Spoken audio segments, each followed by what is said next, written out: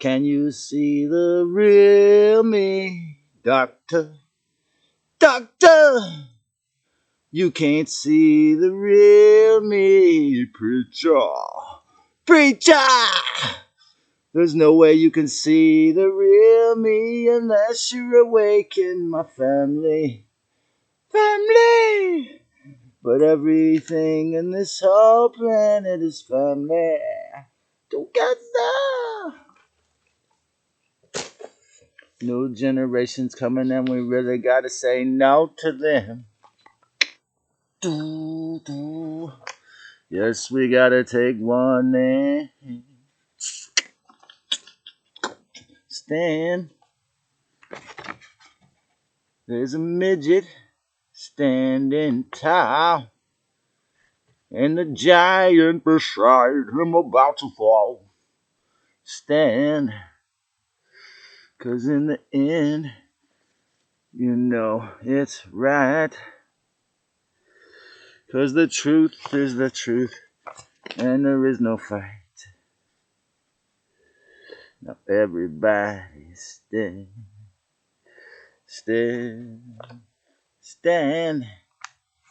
And the only way for me to be a sacred fool, to win all the rules that get in the way, stand. 'Cause you know you gotta be eye tall. 'Cause y'all overstand, it's the only way to be it all.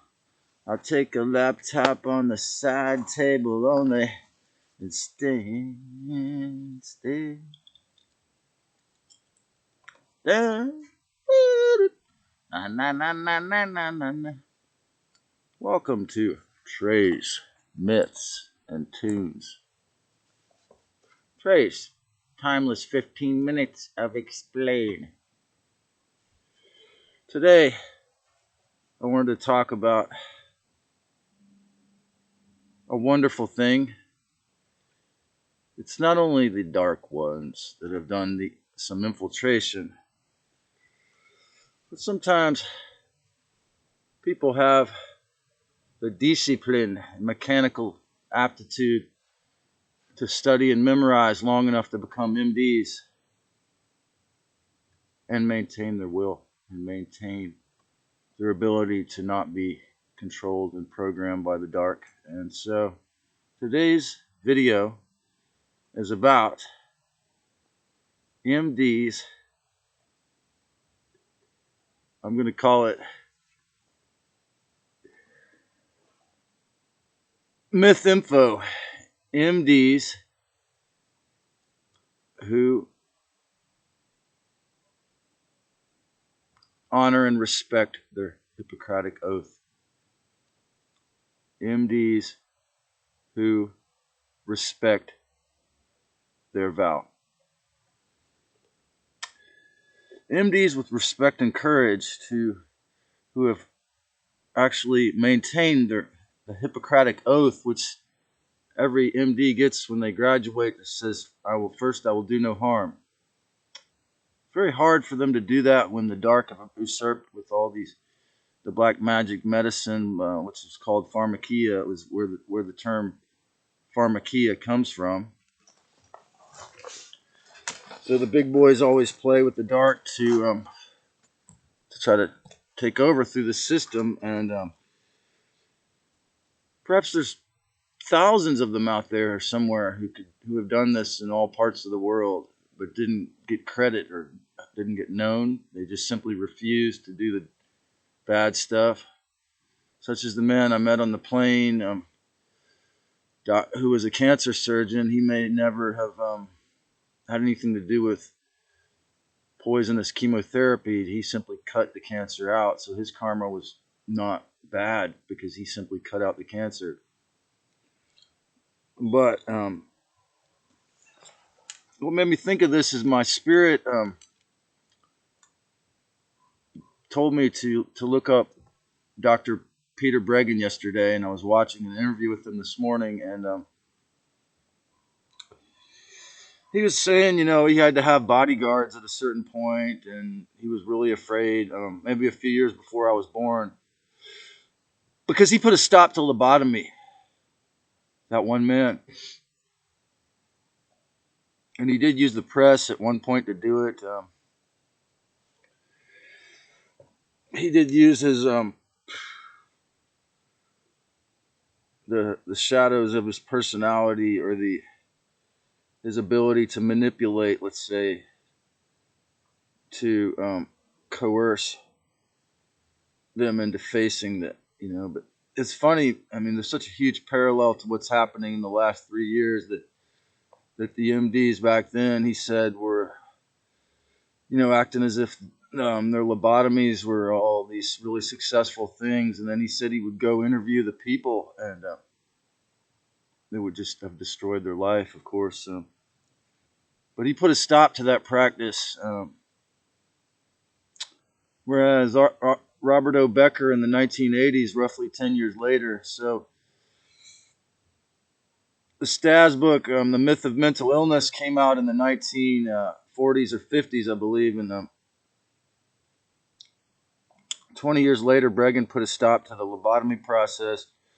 And then within the next 10 years, Robert O. Becker proved that electricity helps the body to heal, and that microwaves can cause cancer. And but he basically used his MD to do this brilliant research, and I read his book PDF recently, and so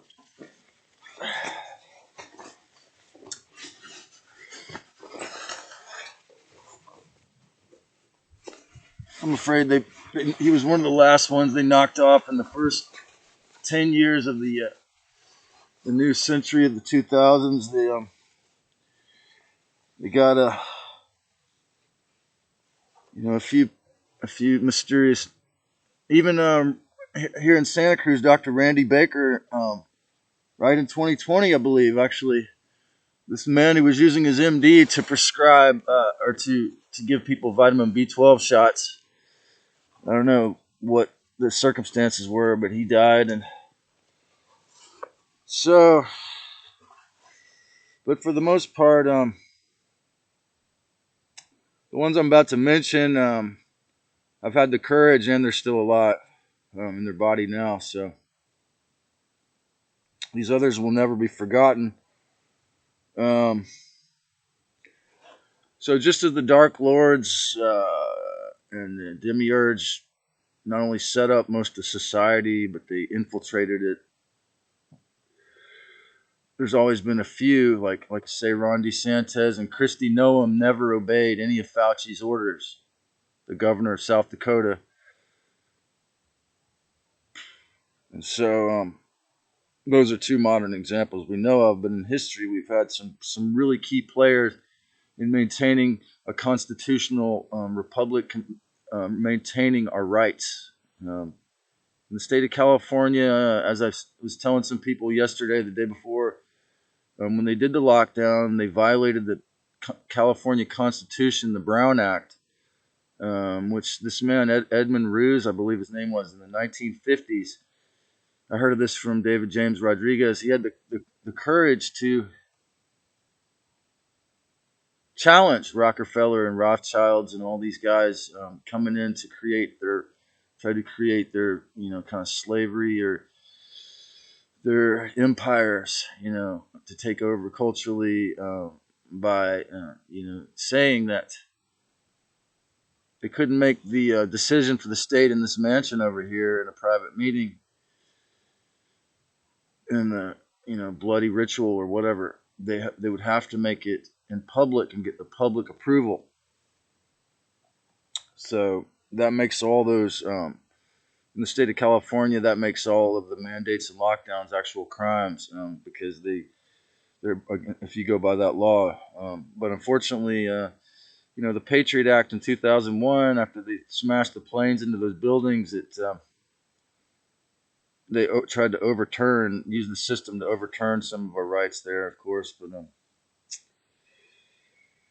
So the other thing that Dr. Peter Breggin did that was incredible and wonderful is I even got the approval of my mother, who's a who takes pharmaceuticals, and she said he's a very nice man. She could tell he's a very nice man. I don't know. I believe it was roughly 10 years ago when he was still practicing. At the end of his practice, he made a public service YouTube video about how there's no such thing as a chemical imbalance and how the pharmaceutical companies made it up. Again, this man has a deep level of courage and an MD, and so for me, when they again, I'm going back 3 years when they locked down the world. I was, afraid too. I saw the video of the people falling down in the street, and again, as I've said before, I was super intuitively blessed to. I got my friend to help me get a plane ticket to Kauai because I decided that if they're going to lock it down, that I might not ever have another chance to go, and I wanted to go there and start a new life. And it's interesting that I went to right where there's a Stargate. And so, but after 6 days there, after the second night there, I stayed in the homelands, and it took me 10 minutes to get his trust, but I did a knuckles with this really skinny kid. I camped right where the wild Hawaiian meth heads would camp, and I didn't even know that's where I was. I was just took the bus to a place I thought would be rural, where there's no people. It ended up being the Anahola State Beach. So I played a set of music, and this dude asked me for a cigarette, and I said I didn't have one. And then at 4 in the morning, I hear shooting. There's chickens all over that island. He he could have been shooting chickens, but and then these wild people, the white guy with the beard, a 30-year-old guy, and his attractive girlfriend were taking a cold shower the next day, and he said, "Did you hear those gunshots?" And then he said, "Yeah, the Homeland Security rolled by after that at 5 in the morning." They would actually go by the Polynesian tweaker wild people camp to make sure everyone was wearing their tent after 8 p.m. During the lockdown. So yeah, he made a video saying there's no chemical imbalance, and my own dad was basically taken out by he went to a psychiatrist who said, his second wife, who supposedly married him for the money, a tall blonde, was a gold digger, and not my mother, but his second wife, and that you should take these 3 antidepressants and a barbiturate, and you'll feel better. And the same guy signed his disability papers several years later. And it was only because I was drinking alcohol and I'm a peaceful guy and smoking a lot of cannabis that I didn't. It's only that I know that killing is wrong in my heart, that I didn't want to kill this MD. Because he basically made my dad. My dad directed plays and was a vice president of a bank, and to just sitting in a chair. He did write a play or a book after that, so he did one thing after that, but basically sat around for a couple 20 years till he passed. So it's only through the practice of meditation and Buddhism and a lot of cannabis that I can, that I was able to get through. But so during the lockdown, Dr. Joseph Mercola came out with a book called The Truth About COVID-19, and a friend of mine gave it to me. And Christiane Northrup has always been open about the truth about natural healing and even metaphysics. But when I got back from Hawaii, I was still a little worried about, I didn't know what was happening in April or so. And I saw a video with Dr. Tom Cowan where he said eating a traditional healing kind of diet, like the one I was on, is the way to go. If you'd like to subscribe, and have a great day.